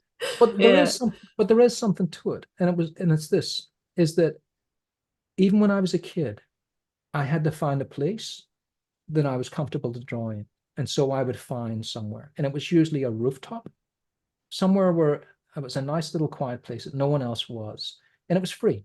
I'd just climb up there and I'd have my drawing sketch pad with me and I'd just draw. And I'd read comics too. I'd have comics there. I know I'm a nerd. I'd read the comics and then I'd draw. And it was wonderful. So I always had that rooftop and I looked forward to going to it. And now I have this and I look forward to coming to it. And so there's all the stuff that, you know, people always ask, what do you use? You can use anything at all. But this is what I recommend. So it has that. The course has everything in there. It even shows you how I smooth out my newsprint. So all those things you think that aren't necessarily important, someone always asks. And so that's the great thing about students. They're always asking things that I think, is that Well, important? that Of course it is. stuff's really helpful for the online learning too, because it's Yeah, little things like that you don't see in the classroom that's where right, you're like, I Rachel. don't know Mhm. how to put the paper on the board. That's so true. That's so true. And when you're in the Yeah, class, just everyone, they've seen you do it, and it's no big deal. And that's why yeah. in this course I emphasize there's the pencil. There it is. There. This is how you pick it up. This is how you turn it around. You know, it's all of that stuff is very important to people when they're just beginning. And so that's what I've done. I've listened to students and brought this course in. How to sharpen the tools. You know, all the stuff that really needs to be seen up close, because this is all recorded in 4K. So I've got that. That's what the studio downstairs is. That's why I've moved half of this stuff, because I've created another space that's really much better. So these new movies are really pristine. I mean, they're beautiful. New recording equipment and stuff. So after a while, you know, we all grow. We all grow when we start to put new things in place. So I'm very proud of this course because it really has just a beautiful production quality to it that I haven't been able to do before. All the production quality that I've done before was the top of the art then, but this is the top of the art now, right now. And then there'll be a top of something else later. But I can't imagine how we can ever get better than 4K. I mean, our eyes aren't that good. So here's what I do. Streams of consciousness. And it's not a new thing. I discovered other artists doing it. There was, I think it was, oh, I wish I could remember his name. He was so good. Tim Gulia, something like that. Was on Proco, and he was saying how he watched Mobius do the streams of consciousness thing. And he does it too. And I do it. And I've always done it. And so I'll take you through how I get my arm going before I start drawing. And then when the model, and this is in live draw too, then when the model sits down to pose, you're already drawing. So the worst thing you can do is walk in cold, open your box of pencils and sit like that and wait for the model. And then you make your first mark and it's horrific because your arm isn't fluid yet. So that's what I do, a little bit of streams of consciousness. And I'll take you through that method so that you have it too. And then you can get into your structure and you've still got a flow. You know, look at the flow in that curve, for instance, even though this is a structural drawing. So there will be structure. You can see how many different little angles I'm always going to do. What's that one? Mr. T and Mrs. V, my favorite. Okay. Get that torso right. Get it right. Look how many times I draw that. How many angles. Everything. There's so much in this course. And then you can actually see it starting to become, see that? Starting to become alive. So in the first hour here, you can see that the life is starting to come in, even just in an hour, because you could keep watching this over and over for a month, for a year, doesn't matter. Whatever time it takes you to grow, just take that time. Just take it. And don't be afraid of being elongated. You know, these figures are really loose. They're really loosey-goosey. But look at the life in them. And then you can always correct it later. So don't be afraid to bust the proportions. You can always come back and fix them later. Get the mileage in. Loads and loads of drawings. Tons of them. And look how Mr. T and Mrs. V have created this. These are all from imagination. Have created these wonderful flows of figures to ease up that pressure that people feel about proportion and getting it right. It's not about getting it right. It's about getting lots of lines down. The rightness will come, even if you didn't learn proportion. I reckon if you did 30 3-minute drawings every day and kept working from a life model and kept drawing like that, the proportions will very gradually fit like that, very gradually. We can expedite it by a course like this and go, here's how they fit. But I reckon the mileage is everything. I really believe that. Get it all in there. And you see how much Chuck's drawing. So Chuck's probably in his Renaissance room. He might be in the chat. I don't know by this point. Is he there? He's there, yeah. Is he? Chuck, Yeah. any questions? Because I was talking to Chuck the other day, and for me, this was just so brilliant. And this was an accumulation for me of mileage. That. I can't tell you how beautiful I think that is. Well, I can. I think this is immensely beautiful right there. There's mileage there. Mileage and love. The love of drawing. Look at it. Now, the problem with photo reference, and that's why I've written a whole book on photo reference, is it gives you all the time in the world to make errors because a photo doesn't move. And so you're constantly grading your work against a photographic mess because all photographs are distorted. Even a 50mm prime lens, the second I do that, it's not how the human eye sees things. Now, I think I want to put that to rest finally. I think sometimes you get the angry student. There's the angry student too. So we got the angry student on Proco chat line there going, It has to be bigger, the foot, right? And missing the whole point that, yeah, but it's not as big as the human eye would see it. No human eye sees a hand like that, right? That's all it is. It's just that. Now, there's nothing wrong with that because you could use photo distortion for comic book work and go, here's how to get real dynamics because a photo lens is really distorted. And so it gives you high energy sort of distortion. But I do academic paintings, meaning that I want them to be on a wall forever. And someone always coming back and saying, that looks fresh. That looks wonderful. And what isn't fresh, for me anyway, is something that's strange. And we've all seen a smiling portrait, and you go, that's why people don't paint smiling portraits. Teeth. Isn't that horrifying? Imagine walking into a room every day and someone's just smiling like that and they never change. That's why the Mona Lisa was a smart move. It's a smile, but it's not a grimace like that. So for me, overextended photographic distortion, it's more that it's so common that it looks ordinary. So there's so many people not correcting the photographic distortion that most people are drawing artworks that look like photographic distortion. And for me, it's very, very dull because there's no style to it. It is basically a photographic distorted style. And it's so common that I can't even look at it anymore. So when I see something that's obviously been traced from a photograph without any stylistic changes to it, it just dulls my brain. So that's the reason. It's not that you can't do extreme perspective. It's just photographic perspective. It's just dull. That's all it is. Look at the beauty of that. There wasn't any time to draw dull. Look at it. Learn from it. It's gorgeous. Chuck I could had a live question here. with that forever. Yes. He said, if I was to introduce you to a new student, what should they do first? This course, anatomy of style. Well, you know, that's like I've always said. For me, you can jump right in at the deep end. You could go to the fantasy female figures and jump right in there. And what you don't know will be immediately apparent. You'll attempt something, it'll go off the rails, but you'll learn a ton from going off the rails. You go, okay, I don't know how to draw a foot very well. Oh, I don't know how to draw lips very well. I better go back to the fundamentals and check that out. But it teaches you tons. I mean, I learned from getting everything wrong. That's how I learned, getting everything wrong. And when you get something wrong, you never forget it. But when you get something constantly spoon-fed right all the time, easily forgotten in one ear and out the other because it was spoon-fed to you. So what I like to do is make an error and say that is an error and here's how to fix it.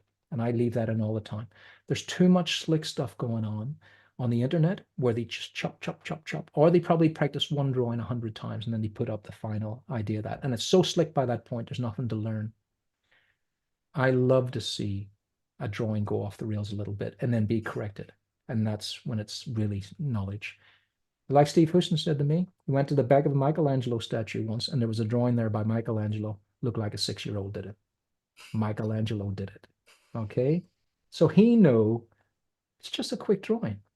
It's just an idea. Get it on the page. Don't be slick about it. Get it on the page and you'll learn tons.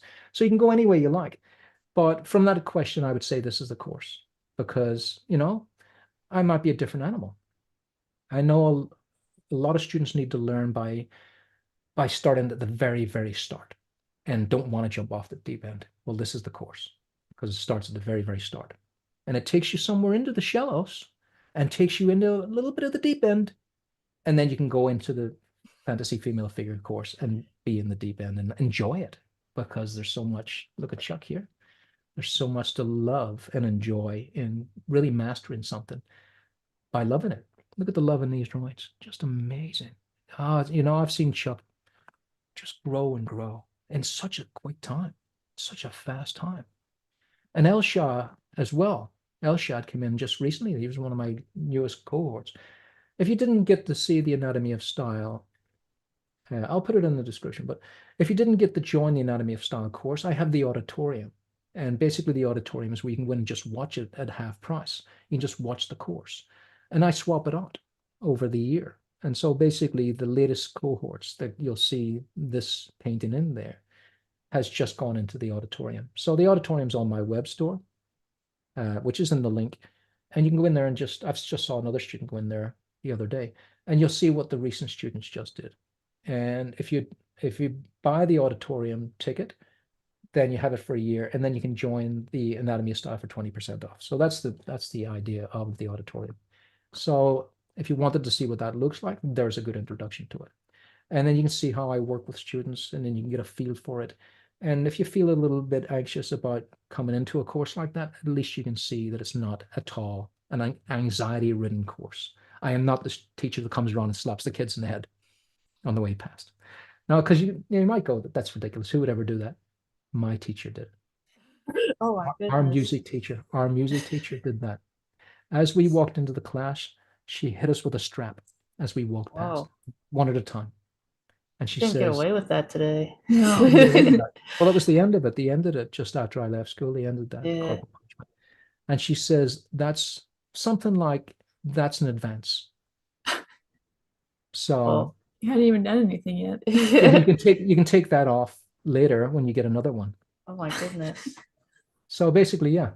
So you can see why I rail against that kind of teaching, because it teaches you nothing. I can't sing a note. Yeah. All I know is that was a scary class to be in.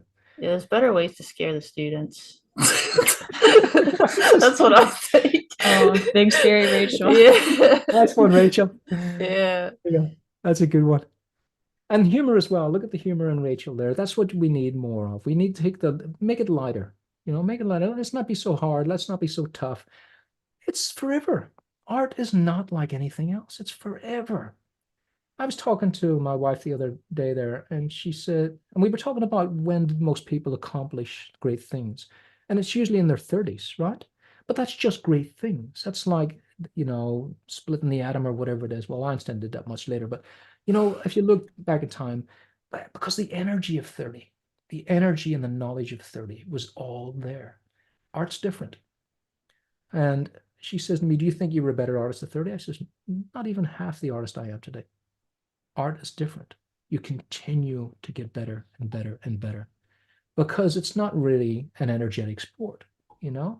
I can't run like I used to, but I still scare the bejesus out of kids. And who's that old guy running so fast? But it's still not the young guy that used to run like, oh, that guy should be in the Olympics. Art's not like that. Art, you can keep on going, and you can peak at 80. Yeah, look at like Richard Schmidt or Julie Bell, or like as they're getting older, their art just they're Getting so better. good. Yeah. Better. It's getting better all the time. So Yeah. art, jump in at any time. And the thing about a course like this is that you don't have to struggle for 20 years like I did to get to that point. There's 16 hours condensed. It's like condensed milk. There it is, and you can take your time as long as you need to get there. And it will expedite it, because that's how I got faster and faster and better. Not by going fast, but by taking notes and going, don't make that mistake again. Or learn, not necessarily learn by that mistake. That's the better ethos, learn by that mistake. Now, this is Yoon here, and she's doing lovely watercolor work here. And so probably another question would be, do I have to work traditional pencil? These are skills. They're not really about the pencil or the paper. That's going to help. That's why I recommend newsprint, because it really makes your hand flow. So you're not fighting the tooth. But the actual information there could be translated to digital, to watercolor, to anything at all. It's what's underlying it. And that's why I use it in my paintings. I want it to be underneath. So what's underneath is crucial to what's on top, is the takeaway from that. So that's beautiful. I love here. Look what Yoon's done there. Look at that. Isn't that gorgeous? So feel the energy of gesture. Just great. And then put your structure in. So that's what I'm all about. So I am basically that. I am structure, gesture, structure. There we go. In there. Sorry, gesture, structure, gesture. Oh, meet your teacher. He just says things backwards. Let's do it again. Gesture, structure, gesture. But on that point, you could be this person. And that works. So it works whatever way you do it. So for me, I go gesture, and then I put some structure in, and then I can back with gesture to make sure it's got energy to it all the way through. That's me, gesture, structure, gesture. That's one component. And then there's long, light, and loose in your lines. There's a million things. We could talk about it all day, but it's all in that course. And tomorrow, by the way, I'll be on the Proco channel expanding on this a little bit more if you just want to come in and have a look at that. I'll But be beautiful watching. work. Yeah, you gonna? Yeah, I have a question about that, Patrick. How do people Yeah. find that podcast? I've put it. Oh, good idea. I'll put it in the link as well. I haven't put it in there yet. So the link in the description takes you to the Proco Wizardry course, which is on sale there now at 20% off. So that's what's in the description at the minute. This is live at the moment, but I'm gonna put, maybe we'll just leave it live. I don't know, but I usually edit it and put it back up again. But we haven't said anything scurrilous. We haven't, offended anyone. I don't think so. Yeah, I think this we've been might good just- this, I hope this so. episode. I think this yeah. might just stay live. I think this might just stay Okay. live, and I'll put the description in. Okay, so Ewan, I would say wonderful stuff. I love this gold leaf. I think that's really nice. And when you use something like that, that's the perfect way to do it. Just one bump, one hit like that. So I'd probably, like I say, there's art and there's everything else. I might take it out of the hair and have it just up there, but maybe that's the story, that this gold is infused into this figure. So, but I would take it out of the shadow, I think. So that's what I would do. So I would say, let's keep it in. I don't want to use rules of thirds, but once you take thirds and put them in 3 different places, they kind of lose their emphasis because you go bump, bump, bump. But you'll always keep coming back to here if there's only that one piece of gold. And if it relates to here, that's fine. But I would take it out of the shadow because it's gone ping pong. So you get this ping pong idea that isn't conducive to focus. So I would probably take it out of the shadows. But whatever you like, these are only examples. When you get a straight arm like that, you've done quite right. Go high and low there to find that. But there's where I would use the long head of the tricep to just get a little bit of a length into the inside of the body in there, just like that. And just see if you can vary off as much as you can. Try and get out of that pipe. Any way you can get out of that pipe. I'd probably push the fingers out more. That would do it. So that would get me out of the pipe, just that anchor change at the end. So beware of the pipe. I'll write it down. We'll call that the last thing. Beware the pipe.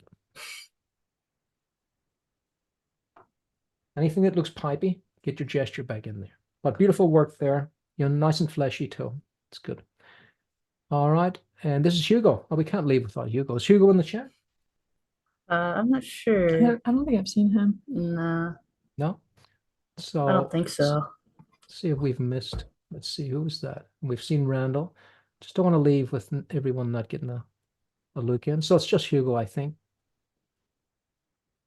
So Hugo in there. Hugo's great. Hugo's in Portugal, so it's probably, the middle of the night there. But wonderful to see you in here, Hugo. Thanks for submitting. Hugo's been with me quite a while as a mentee over at the other place I teach over at New Masters Academy. I've been with Hugo there and also in my course too. So Hugo's a really dedicated person. Gorgeous. Look at it.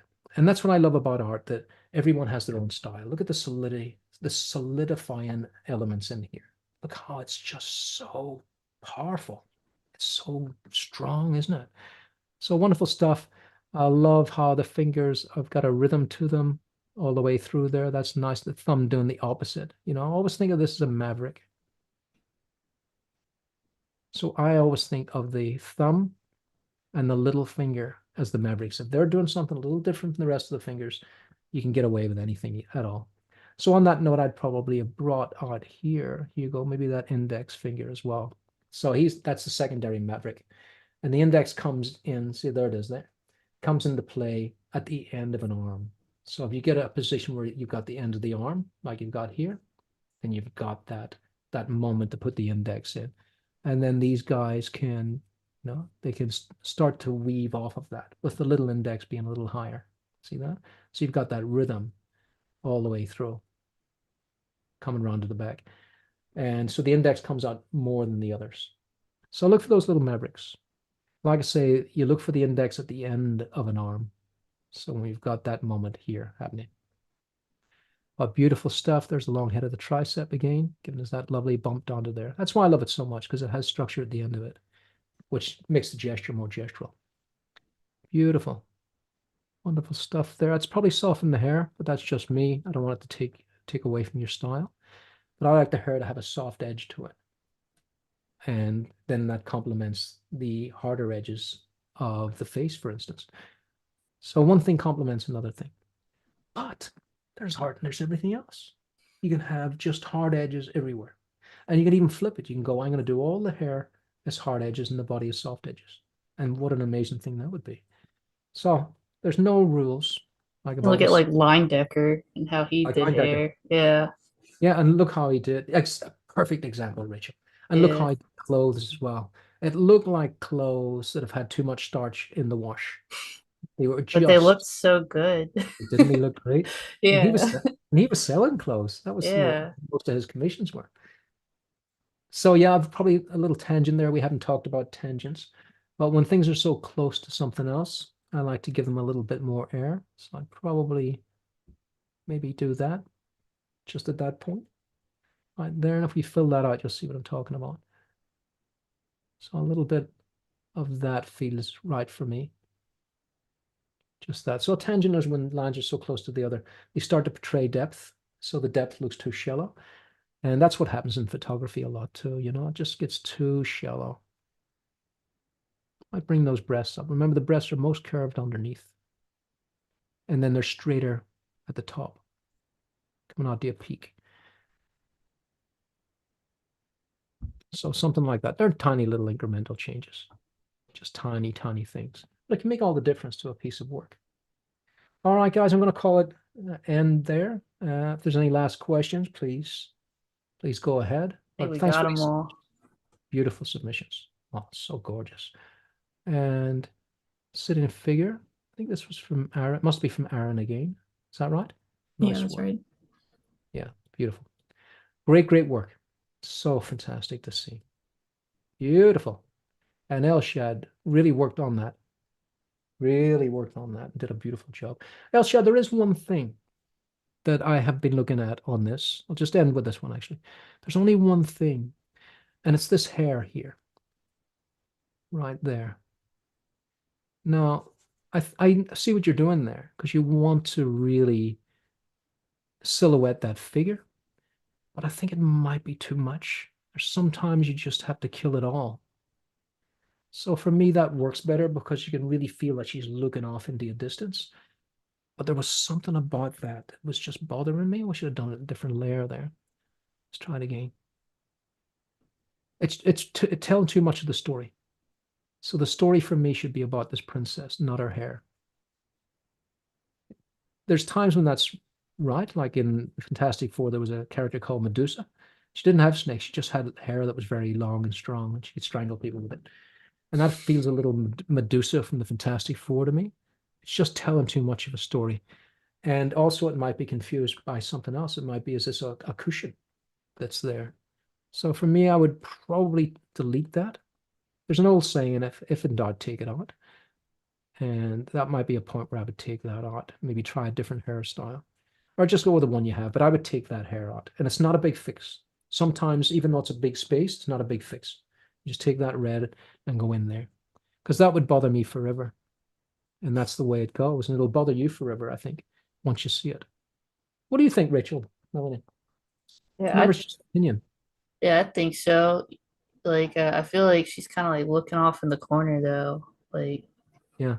I don't know. I feel like framing the face a little bit more Yeah. around the You top think, somewhere. I'm not sure. yeah. No, you're right. You're absolutely right. And Yeah. another thing is you don't want to be one object, two objects, three objects. So you could think about this maybe too, of that whole thing. It's tricky though, because you're going to hit that forehead. I don't like the glow, actually. I don't want the glow in there, just from me. Something like that. Then it continues through, and you can really see how big that moon is and how amazing that would be, you know? Spectacular nature of a giant moon like that. But like I say, they're only suggestions. But that has a Yeah. feel like This is one, two, cool. three. So I would kind of do that. But I think maybe what Rachel was saying, maybe I misheard it, but I feel that we could pull the figure all the way back a little bit and give this just more breadth.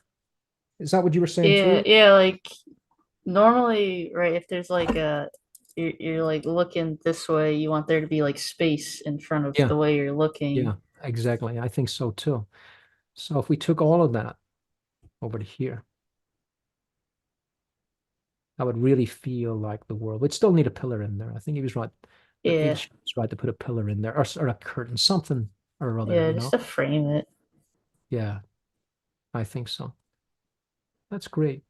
This is A cool though. I lot. like the little robot guy or whatever the thing Yes, is he's in the back dreaming. with the legs. Yeah, whatever that He's thing is looks fantastic. really cool. It does. But you can play with it forever. I mean, I go as if you put a pillar there, it's too thin, you know? Yeah, Finds that you're always working. Once you change something, and that's why people are frightened to change things, is that you're changing everything now. Could we yeah, put a pew in there? You know, maybe a little pewter. yeah. Sometimes finished, not perfect. Yeah. It's a good motto.